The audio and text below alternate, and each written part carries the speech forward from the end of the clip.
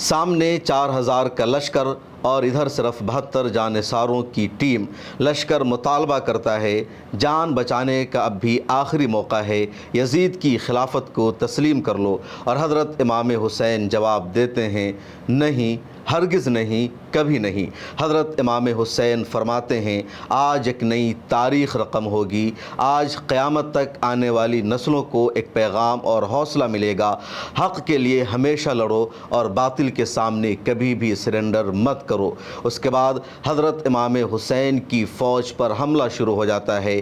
پچھلے 72 گھنٹوں سے یعنی 3 دنوں سے پانی بند تھا، ایک لقمہ بھی کھانے کو نہیں ملا تھا، اور ایک ایک کر کے حضرت امام حسین کے جانثار شہید ہو جاتے ہیں۔ دشمن کی فوج 6 ماہ کے معصوم بچے کو بھی شہید کر دیتی ہے۔ اس کے بعد نواسے رسول حضرت امام حسین پر یزید کی ظالم فوج حملہ شروع کر دیتی ہے۔ ان کو نیزہ مارا جاتا ہے، تلوار سے اٹیک کیا جاتا ہے، اور جب حضرت امام حسین کی شہادت ہو جاتی ہے تب ظالم فوج ان کے سر کو تن سے جدا کر دیتی ہے اور ان کی لاش مبارک کو، ان کے جسم کو گھوڑے سے رونت دیا جاتا ہے۔ یہ واقعہ تاریخ میں واقع کربلا کے نام سے مشہور ہے، اور 10 محرم الحرام کو یہ واقعہ پیش آیا تھا، اور ظالموں نے نواسے رسول حضرت امام حسین رضی اللہ تعالی عنہ کو، ان کے 6 ماہ کے معصوم بچے کو، ان کے دوسرے صاحبزادوں کو، ان کے بھتیجوں کو، ان کے رشتہ داروں کو اور اہل بیت کے 22 افراد کو شہید کر دیا تھا۔ اس کے بعد پوری دنیا میں ایک نئی تاریخ رقم ہوئی کہ حق کے لیے ہمیشہ لڑو اور باطل کے سامنے کبھی بھی سرنڈر مت کرو۔ کیا ہے پورا واقعہ، کیسے تاریخ شروع ہوتی ہے، بیک گراؤنڈ کیا ہے اور کیا تھا پورا اختلاف، اس ویڈیو میں تفصیل جانیں گے۔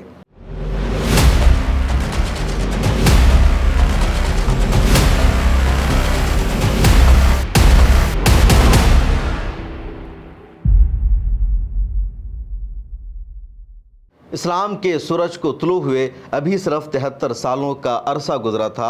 آخری نبی حضرت پیغمبر محمد صلی اللہ علیہ وسلم کی وفات کے بعد خلافت کی ذمہ داری حضرت ابوبکر صدیق رضی اللہ تعالی عنہ نے نبھائی، اور پوری امت نے اتفاق رائے سے ان کو خلیفۃ المسلمین منتخب کیا تھا۔ ان کے بعد حضرت عمر فاروق رضی اللہ تعالی عنہ خلیفۃ المسلمین بنے۔ ان کے بعد حضرت عثمان غنی رضی اللہ تعالی عنہ امت مسلمہ کے خلیفہ بنے۔ چوتھے خلیفہ حضرت علی رضی اللہ تعالی عنہ منتخب ہوئے، لیکن حضرت علی رضی اللہ تعالی عنہ کے دور میں ہی اختلاف شروع ہو گیا، اور حضرت امیر معاویہ نے شام میں اپنی خلافت کا اعلان کر دیا، لیکن مجموعی طور پر پوری امت نے حضرت علی رضی اللہ تعالی عنہ کو ہی خلیفہ تسلیم کیا، اور کسی نے بھی حضرت امیر معاویہ کو خلیفہ تسلیم نہیں کیا۔ حضرت علی رضی اللہ تعالی عنہ نے اپنے دور خلافت میں خلافت کے صدر مقام کو مدینہ منورہ سے کوفہ منتقل کر دیا۔ کوفہ عراق کا ایک تاریخی اور بہت بڑا شہر ہے۔ ادھر امیر معاویہ کے زمانے میں شام کا صدر مقام دمشق تھا۔ جب حضرت علی رضی اللہ تعالی عنہ کی وفات ہو جاتی ہے تو اس کے بعد امت کے ایک بڑے طبقے نے حضرت علی رضی اللہ تعالی عنہ کے بڑے بیٹے حضرت امام حسن کو خلیفہ منتخب کیا اور ان کے ہاتھ پر بیعت کر دیا۔ ادھر حضرت امیر معاویہ نے اپنی خلافت کا انتخاب کر لیا۔ اب خلافت کا 2 صدر مقام تھا، ایک کوفہ جو عراق کا اہم شہر اور دوسرا دمشق جو شام کا اہم شہر۔ 2 خلیفہ، امیر معاویہ بھی خود کو خلیفہ مان رہے ہیں اور حضرت امام حسن رضی اللہ تعالی عنہ بھی۔ کچھ لوگوں نے حضرت امیر معاویہ کے ہاتھ پر بیعت کیا اور کچھ لوگوں نے حضرت امام حسن رضی اللہ تعالیٰ عنہ کے ہاتھ پر بیعت کیا۔ اس کے بعد جید صحابہ کرام نے صلح سمجھوتا کرانے کی کوشش کی اور 6 مہینے کے بعد صلح سمجھوتا ہو گیا۔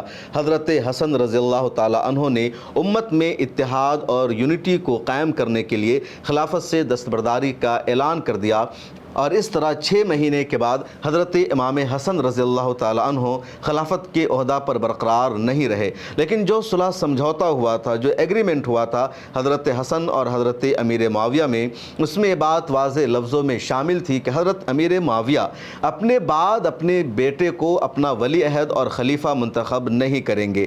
خلیفہ کا انتخاب اسلام کی سیاسی روایات کے مطابق ہوگا، شورا کے ذریعے خلیفہ کا انتخاب کیا جائے گا، اور اس کے بعد تقریباً 20 سالوں تک حضرت امیر معاویہ خلیفہ رہے، شام کا شہر دمشق خلافت کا دارالمقام رہا، لیکن اپنی زندگی کے آخری مرحلے میں، یا کہہ لیجئے اپنی وفات سے پہلے، حضرت امیر معاویہ رضی اللہ تعالی عنہ نے اپنے بیٹے یزید کو اپنا ولی عہد مقرر کر دیا، اگلا خلیفہ منتخب کر دیا، اور اپنے تمام گورنروں کو، تمام امیروں کو یہ آدیش اور حکم جاری کیا خط کے ذریعے کہ وہ ولی عہد کے طور پر یزید بن معاویہ کی عوام سے بیعت لے لے۔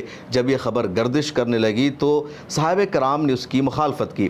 ادھر سن 60 ہجری میں حضرت امیر معاویہ رضی اللہ تعالیٰ عنہ کا انتقال ہو گیا، 680 عیسوی کی تاریخ ہے، اور حضرت امیر معاویہ رضی اللہ تعالیٰ عنہ کی وفات کے بعد یزید نے کوشش کی پہلے کہ جو سینئر صحابہ کرام ہیں، جو جید حضرات ہیں، ان سے بیعت لی جائے۔ چنانچہ یزید نے ایک خط بھیجا مدینہ کے گورنر کے نام، اور انہیں کہا کہ وہاں جو سینئر صحابہ کرام ہیں، خاص طور پر حضرت حسین ابن علی، حضرت عبداللہ ابن زبیر، حضرت عبداللہ ابن عباس، حضرت عبداللہ ابن عمر، حضرت عبد الرحمن بن ابی بکر، اور اس طرح کے تمام جید صحابہ کرام سے خاموشی کے ساتھ یزید بن معاویہ کی بیعت لے لی جائے۔ اس کے بعد پھر باضابطہ اس کا اعلان کیا جائے گا۔ مدینہ میں ان دنوں گورنر تھے عتبہ بن ولید۔ عتبہ بن ولید کے پاس جب یزید کا یہ خط آیا تو انہوں نے حضرت امام حسین کو بلایا، حضرت عبداللہ ابن زبیر کو بلایا، کچھ اور صحابہ کرام کو اپنے گھر پر بلایا، اور ان سے کہا کہ امیر معاویہ رضی اللہ تعالیٰ عنہ کی وفات ہو چکی ہے، اور ان کے بعد خلیفہ منتخب ہو گئے ہیں یزید، اور وہ چاہتے ہیں کہ آپ ان کی بیعت کر دیں۔ حضرت امام حسین نے یزید کی بیعت سے صاف لفظوں میں انکار کر دیا اور کہا یزید خلافت کا اہل نہیں ہے۔ یزید کی عمر اس وقت صرف 24 سال تھی، اس کے علاوہ یزید کا خلیفہ منتخب ہونا صلح سمجھوتا اور ایگریمنٹ کے بھی خلاف تھا۔ یزید شراب کا بھی عادی تھا۔ مورخین نے لکھا ہے کہ کئی ساری خامیاں یزید میں پائی جاتی تھی، اور وہ بالکل بھی امت مسلمہ کی خلافت کا حقدار نہیں تھا، اور سب سے بڑی بات یہ کہ ایک غلط طریقہ رائج ہو رہا تھا کہ اپنے بعد اپنے خاندان سے اپنے بیٹے کو خلیفہ منتخب کرنا، جو اسلام کے روح کے خلاف تھا، اسلام کے مزاج کے خلاف تھا، اور اب تک ایسا نہیں ہوا تھا۔ اس لیے حضرت حسین، حضرت عبداللہ ابن زبیر اور تمام سینئر صحابہ کرام نے یزید کو خلیفہ ماننے سے انکار کر دیا۔ جب عتبہ بن ولید کے گھر سے حضرت حسین نکلنے لگے تو وہیں پر مروان بن حکم آ گیا، اور اس نے عتبہ بن ولید سے کہا کہ اچھا موقع ہے ان سے بیعت لینے کا، ابھی ان سے بیعت لے لو، اگر تم نے ابھی ان سے بیعت نہیں لی تو پھر آگے بیعت لینے کا موقع نہیں ملے گا، اس لیے ابھی ان کو دھمکی دو، چاہو تو ان کا قتل کر دو، یعنی قتل کرنے کی دھمکی دو، لیکن بیعت لو۔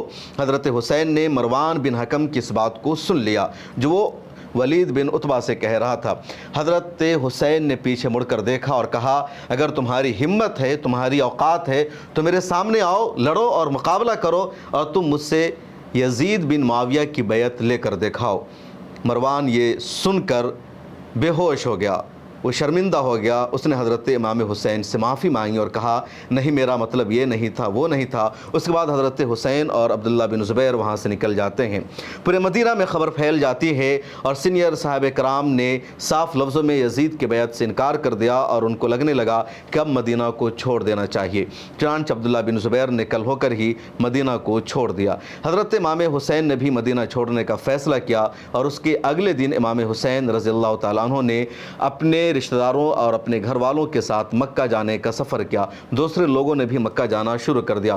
ادھر یزید کو لگا کہ عتبہ بن ولید جو مدینہ کے گورنر ہیں وہ سینئر صحابہ کرام کو بیعت لینے پر مجبور نہیں کر رہے ہیں، چنانچہ یزید نے عتبہ بن ولید کو معزول کر کے مروان بن حکم کو مدینہ کا نیا گورنر مقرر کر دیا۔ حضرت امام حسین مکہ آ گئے۔ جب مکہ امام حسین رضی اللہ تعالیٰ عنہ پہنچ گئے، ادھر یزید کی بیعت ہر طرف ہونے لگی، کچھ لوگ بیعت نہیں کر رہے تھے، زیادہ تر لوگ کر رہے تھے۔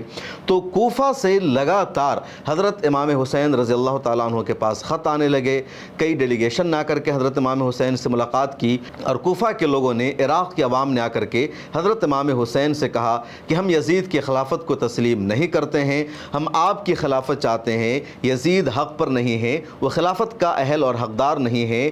اور لگاتار حضرت حسین رضی اللہ تعالیٰ عنہ کے پاس کوفہ سے اس طرح کا پیغام آنے لگا۔ بعض تاریخ میں لکھا ہے کہ تقریباً 18,000 خط حضرت امام حسین رضی اللہ تعالیٰ عنہ کے پاس آیا تھا۔ جب حضرت امام حسین کے پاس لگاتار اس طرح کے لیٹر اور خط آنے لگے تو حضرت امام حسین رضی اللہ تعالیٰ عنہ نے کوفہ والوں کے پاس پہلے اپنا نمائندہ بھیجا، اپنے چچا زاد بھائی مسلم بن عقیل کو۔ جب مسلم بن عقیل کوفہ پہنچ گئے تو کوفہ پہنچنے کے بعد انہوں نے دیکھا کہ سچ میں جو کوفہ کی عوام ہے وہ یزید کی خلافت کو تسلیم نہیں کرتی ہے، وہ یزید سے بے حد ناراض ہے، وہ حضرت حسین رضی اللہ تعالیٰ عنہ کو اپنا حاکم اور خلیفہ منتخب کرنا چاہتی ہے۔ چنانچہ حضرت مسلم بن عقیل نے حضرت حسین رضی اللہ تعالیٰ عنہ کو پہلا خط لکھا اور اس خط میں کہا کہ جو کچھ کوفہ والوں نے کہا، جو ڈیلیگیشن نے آ کر کے کہا، جو خط میں آ کر کے کہا گیا، وہ سچائی ہے، حقیقت پر مبنی ہے، اور یہاں کی عوام یزید کے ساتھ نہیں ہے۔ ان دنوں کوفہ میں یزید کا گورنر تھا نعمان بن بشیر۔ نعمان بن بشیر ایک طرح سے جھکاؤ رکھتے تھے حضرت حسین کی طرف، خانواد رسول کی طرف۔ چنانچہ نعمان بن بشیر کو لگاتار یہ خبر ملنے لگی کہ یزید کا تختہ پلٹنے کی کوشش کی جا رہی ہے، کوفہ کی جو عوام ہیں وہ حضرت حسین کے ساتھ ہے، اور میٹنگوں کا سلسلہ لگاتار جاری ہے۔ مسلم بن عقیل کے ہاتھ پر حضرت حسین کی خلافت کی بیعت بھی کوفہ کی عوام کر رہی ہے، لیکن نعمان بن بشیر نے ان تمام معاملوں کو نظر انداز کیا، زیادہ سیریس نہیں لیا۔ ادھر یزید کو اپنے جاسوسوں کے ذریعے خبر ملنے لگی کہ کوفہ کی جو عوام ہیں وہ حضرت حسین کے ہاتھ پر بیعت کر رہی ہے، مسلم بن عقیل وہاں بیعت لے رہے ہیں، لگاتار میٹنگ جاری ہے، اور نعمان بن بشیر جو آپ کے گورنر ہیں وہ اپنی ذمہ داری نہیں نبھا رہے ہیں، وہ خانواد رسول کی طرف جھکاؤ رکھتے ہیں، وہ حضرت حسین کے ساتھ ایک طرح جب ملے ہوئے ہیں۔ جب یزید بن معاویہ کو یہ خبر ملی تو اس کا دماغ ہل گیا۔ یزید بن معاویہ کو لگا کہ ہمارا تختہ پلٹنے کی کوششیں کی جا رہی ہے، ہماری خلافت اب باقی نہیں رہ سکتی ہے، عوام حضرت حسین کے ہاتھ پر بیعت کرنے جا رہی ہے۔ چنانچہ یزید نے بصرہ کے گورنر عبید اللہ بن زیاد کو کوفہ بھیج دیا اور نعمان بن بشیر کو کوفہ سے معزول کر دیا۔ کوفہ آتے ہی سختی برتنا شروع کر دیا۔ اس نے واضح لفظوں میں اعلان کر دیا جو کوئی بھی مسلم بن عقیل کا ساتھ دے گا، جو شخص بھی یزید کے خلاف بغاوت میں شریک پایا جائے گا اور حضرت حسین کی خلافت کو تسلیم کرنے کا دعویٰ کرے گا، اس کو سخت اور عبرتناک سزا دی جائے گی، اس کو پھانسی کے پھندے پر لٹکا دیا جائے گا، اس کے پورے خاندان کا برا حشر کر دیا جائے گا۔ لیکن عبید اللہ بن زیاد کی اس شدید دھمکی کے باوجود بھی کوفہ والے شروع میں حضرت مسلم بن عقیل کا ساتھ دیتے نظر آئے، حضرت حسین کے لیے وہ جد و جہد کرتے رہے، اور ہانی بن عروہ کے گھر پر تقریباً 18,000 کوفیوں نے بیعت کی مسلم بن عقیل کے ہاتھ پر، اور کہا وہ حضرت امام حسین کی ہی خلافت کو تسلیم کریں گے، وہ عبید اللہ بن زیاد کی دھمکی میں نہیں آنے والے ہیں۔ ادھر جب مسلم بن عقیل نے دیکھا کہ اتنی سختیوں کے باوجود 18,000 کوفیوں نے بیعت کر لی ہے تو انہوں نے حضرت امام حسین کو ایک اور خط لکھا اور پورے واقعے کی اطلاع دی اور کہا 18,000 کوفیوں نے باضابطہ بیعت کی ہے میرے ہاتھ پر آپ کے لیے، اور وہ ہر طرح کی قربانی دینے کو تیار ہے، جانوں کا نذرانہ پیش کرنے سے پیچھے نہیں ہٹ رہے ہیں۔ ادھر عبید اللہ بن زیاد نے لگاتار سختیاں شروع کر دی تھی۔ عبید اللہ بن زیاد کو پتہ چلا کہ ہانی بن عروہ نے ہی مسلم بن عقیل کو اپنے گھر پر رکھا ہوا ہے اور 18,000 کوفیوں نے وہاں جا کر کے بیعت کی ہے۔ تب عبید اللہ بن زیاد نے ہانی بن عروہ کو گرفتار کر لیا اور ان پر سختی کرنا شروع کر دیا۔ ادھر جیسے ہانی بن عروہ کو پتہ چلا تھا کہ مسلم بن عقیل کے بارے میں عبید اللہ بن زیاد کو پتہ چل گیا ہے، انہوں نے دوسری جگہ مسلم بن عقیل کو چھپا دیا۔ عبید اللہ بن زیاد نے ہانی بن عروہ کو گرفتار کرنے کے بعد ان پر سختی برتی، ان پر تشدد کیا، ان کو مارا اور کہا تم بتاؤ مسلم بن عقیل کہاں ہیں؟ لیکن ہانی بن عروہ نے کہا کہ میں نہیں بتا سکتا، وہ میرے مہمان ہیں اور میں ان کے ساتھ غداری نہیں کروں گا، میں وفاداری نبھاؤں گا، میں یزید کی خلافت کو تسلیم نہیں کر سکتا ہوں۔ اس کے بعد عبید اللہ بن زیاد نے ان پر مزید سختیاں کرنی شروع کر دی۔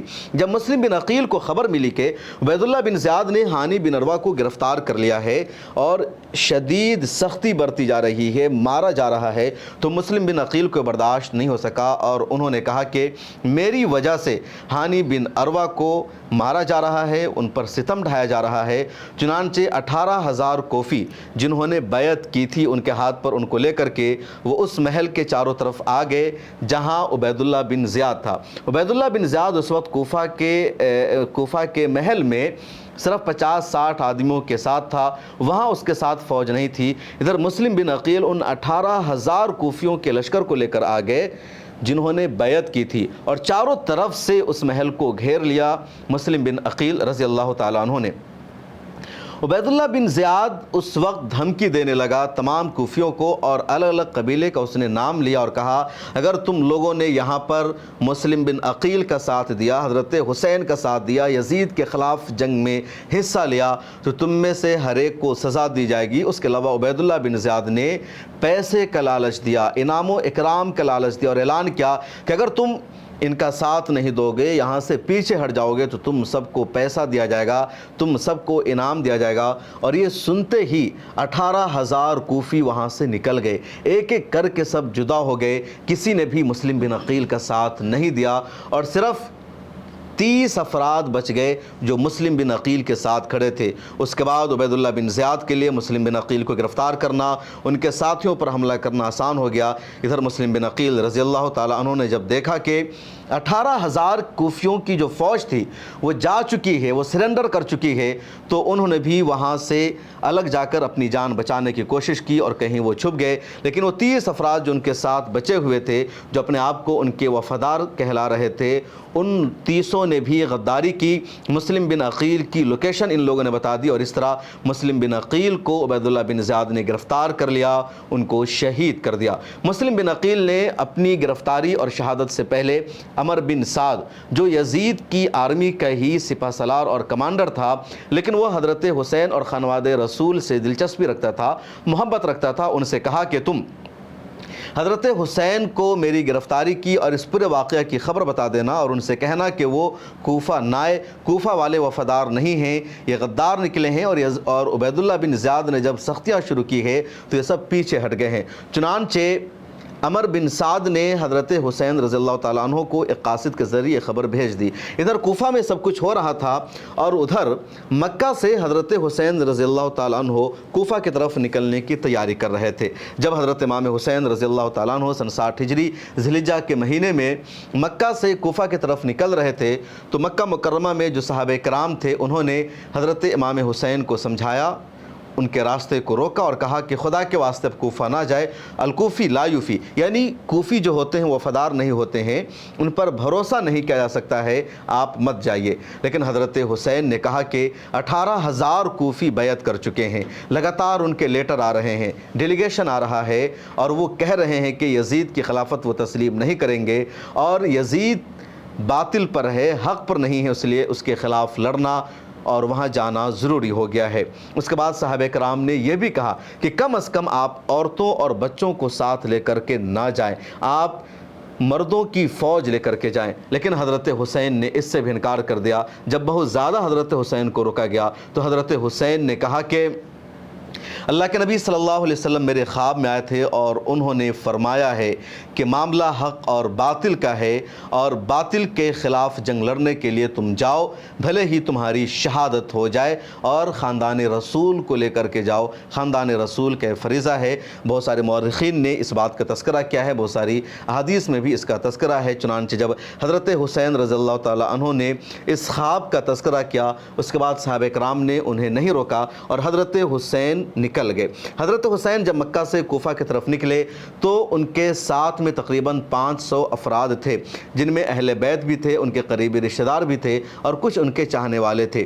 تو 500 کی فوج کے ساتھ حضرت حسین نکل جاتے ہیں، راستہ میں کچھ اور لوگ ان کے ساتھ جڑتے گئے، اور یہ جو قافلہ ہے بڑا ہوتا گیا۔ جب یہ قافلہ آگے بڑھا اور عرب کی سرحدوں سے، یعنی سعودی عرب کی سرحدوں سے نکل گیا، اس وقت کہہ لیجئے وہ مکہ مکرمہ اور مدینہ یا حجاز کی سرحد کہلاتا تھا، کہ حضرت حسین رضی اللہ تعالیٰ عنہ کو خبر ملتی ہے کہ مسلم بن عقیل کی شہادت ہو گئی ہے اور کوفیوں نے غداری کی ہے۔ اس کے بعد وہاں پر دو رائے ہو گئی، کچھ لوگوں نے کہا کہ ہمیں آگے جانا چاہیے اور مسلم بن عقیل کی شہادت کا بدلہ لینا چاہیے، فوج میں کچھ لوگوں نے کہا کہ ہمیں یہیں سے واپس ہو جانا چاہیے، کوفیوں نے غداری کی ہے، جو ہمیں بلا رہے تھے وہی ہمارے ساتھ نہیں رہے۔ اس کے بعد حضرت امام حسین نے فیصلہ کیا کہ اب وہ پیچھے نہیں ہٹیں گے، کیونکہ وہ باطل کے سامنے کبھی بھی سرنڈر کرنے والے نہیں ہیں۔ حضرت امام حسین نے اپنی فوج سے یہ بھی کہا کہ جو چاہے رہ جائے اور جو چاہے چلا جائے، کسی کو ہم مجبور نہیں کر سکتے ہیں، انجام معلوم ہے کیا کچھ ہو سکتا ہے۔ اس کے بعد زیادہ تر لوگ وہاں سے نکل گئے اور تقریباً صرف 500 سے 600 لوگ ہی حضرت حسین کے ساتھ رہے جو مکہ سے نکلے تھے۔ راستے میں جتنے لوگ اس قافلے کا حصہ بنے تھے وہ سب ایک ایک کر کے نکل گئے۔ اس کے بعد عمر بن سعد کا قاصد بھی حضرت حسین کے پاس پہنچ گیا اور اس نے بھی خط دے کر کے یہی بتایا کہ مسلم بن عقیل کو گرفتار کر لیا گیا ہے، ان کی شہادت ہو جائے گی اور کوفیوں نے غداری کی ہے، آپ کوفہ کی طرف نہ آئے۔ اس کے بعد پھر معاملہ آ گیا کہ جانا چاہیے نہیں جانا چاہیے۔ حضرت امام حسین نے کہا کہ ہم جائیں گے۔ جب حضرت امام حسین یہاں سے جیسے آگے بڑھتے ہیں، ادھر عبید اللہ بن زیاد کا ایک کمانڈر جس کا نام تھا حرتمیمی 1000 کا لشکر لے کر حضرت امام حسین کے نزدیک پہنچ جاتا ہے۔ اس لشکر کو عبید اللہ بن زیاد نے یہ ذمہ داری سونپی تھی کہ وہ حضرت امام حسین کو کربلا کے میدان تک لے کر کے جائے اور انہیں واپس نہ لوٹنے دے یا حضرت امام حسین کو ان کی مرضی کے مطابق سفر نہ کرنے دے۔ چنانچہ اس 1000 کے لشکر نے حضرت امام حسین کے لشکر کو اپنی مرضی کے مطابق وہاں سے چلنے پر مجبور کر دیا۔ حضرت امام حسین نے حرتمیمی کے لشکر سے کہا کہ دیکھو 3 آپشن ہے اور اس میں سے کسی ایک پر مجھے عمل کرنے دو۔ کہا کیا آپ کا 3 آپشن ہے؟ حضرت امام حسین نے کہا میں جہاں سے واپس آیا ہوں اپنے ساتھیوں کے ساتھ مجھے وہاں واپس جانے دو۔ دوسرا آپشن تھا یہ میری اور یزید بن معاویہ کی لڑائی ہے، اس لیے مجھے یزید کے پاس لے چلو، میں ڈائریکٹ یزید بن معاویہ سے بات چیت کروں گا۔ تیسری بات حضرت حسین نے یہ رکھی کہ مجھے کسی کونا میں نکل جانے دو جہاں اسلامی فوج جنگ لڑ رہی ہوگی اور میں اس اسلامی فوج کا حصہ بن کر کافروں کے ساتھ جنگ لڑوں گا اور میرے حصے میں شہادت آ جائے، یہی میری تمنا ہے۔ حر بن تمیمی نے یہ تینوں آپشن لے کر کے عبید اللہ بن زیاد کو بھیجا اور عبید اللہ بن زیاد نے ان تینوں میں سے کسی بھی ایک شرط کو نہیں مانا اور اس نے کہا کہ تم حضرت حسین کو اور ان کی فوج کو وہاں لے کر کے آؤ جہاں کا میں نے بتایا ہے۔ اور حرتمیمی مجبور کرتا رہا حضرت حسین کو اور بالآخر 2 محرم الحرام 61 ہجری کو حضرت حسین رضی اللہ تعالیٰ عنہ کا یہ قافلہ کربلا کے میدان میں پہنچ گیا۔ کربلا کے میدان میں پہنچنے کے بعد سامنے 3 محرم کو عبید اللہ بن زیاد یعنی یزید کا لشکر آ گیا جس کی تعداد 4000 تھی۔ اس لشکر کا کمانڈر فی الحال تھا عمر بن سعد۔ عمر بن سعد کو خانوادہ رسول سے دلچسپی بھی تھی، چنانچہ عمر بن سعد نے پہلے حضرت امام حسین سے بات چیت کرنے کی کوشش کی، صلح سمجھوتا کرنے کی کوشش کی۔ عمر بن سعد کی پوری کوشش یہ تھی کہ لڑائی نہ ہو، معاملہ قتل اور شہادت تک نہ پہنچے، اور اس پورے معاملے میں بات واضح لفظوں میں شامل تھی کہ یزید کی خلافت کو تسلیم کرنا ہوگا۔ چنانچہ 3 تاریخ سے نیگوشیشن اور بات چیت کا سلسلہ شروع ہوا اور تقریباً 7 محرم تک یہ سلسلہ جاری رہا۔ حضرت حسین سے عمر بن سعد نے کہا یزید کی خلافت کو تسلیم کرنے کو، اور حضرت حسین نے صاف لفظوں میں انکار کیا اور کہا یزید کی خلافت کو ہم تسلیم نہیں کرنے والے ہیں، باطل کے سامنے ہم سر نہیں جھکائیں گے۔ اس کے بعد 7 محرم الحرام کو یزید کے لشکر نے حضرت امام حسین رضی اللہ تعالیٰ عنہ پر پانی بند کر دیا، کھانا پینا بند کر دیا، ان کے جو ٹینٹ اور خیمے تھے اس کو آگ لگانے کی کوشش کی گئی۔ ادھر عبید اللہ بن زیاد کو یہ لگا کہ عمر بن سعد جو ہے وہ نرمی برت رہا ہے، وہ پوری ذمہ داری نہیں دکھا رہا ہے، چنانچہ عبید اللہ بن سخفی کو نیا کمانڈر بنا کر بھیجا گیا اور اس کو ذمہ داری دی گئی کہ تم جا کر کے وہاں ذمہ داری نبھاؤ۔ اس کے علاوہ شمرزل جوشن کو بھیجا گیا اور کہا گیا کہ تم وہاں پر کمانڈر ان چیف کی ذمہ داری نبھاؤ اور عمر بن سعد کو معزول کر دو۔ اگر وہ حسین رضی اللہ تعالیٰ عنہ کے ساتھ نرمی برتے۔ جب شمرزل جوشن وہاں پر پہنچ گیا تو عمر بن سعد نے بھی سختیاں برتنی شروع کر دی، کیونکہ ایک علاقہ کے گورنر شپ کی لالچ دی گئی تھی عمر بن سعد کو۔ اس کے بعد 7 محرم الحرام کو حضرت امام حسین رضی اللہ تعالیٰ عنہ نے آخری تقریر کی اپنے جانثاروں سے اور دشمن کے لشکر تک بھی پیغام پہنچایا اور کہا دیکھو میں یہاں پر باطل کے خلاف حق کی خاطر لڑنے کے لیے آیا ہوں۔ اپنے جانثاروں سے انہوں نے کہا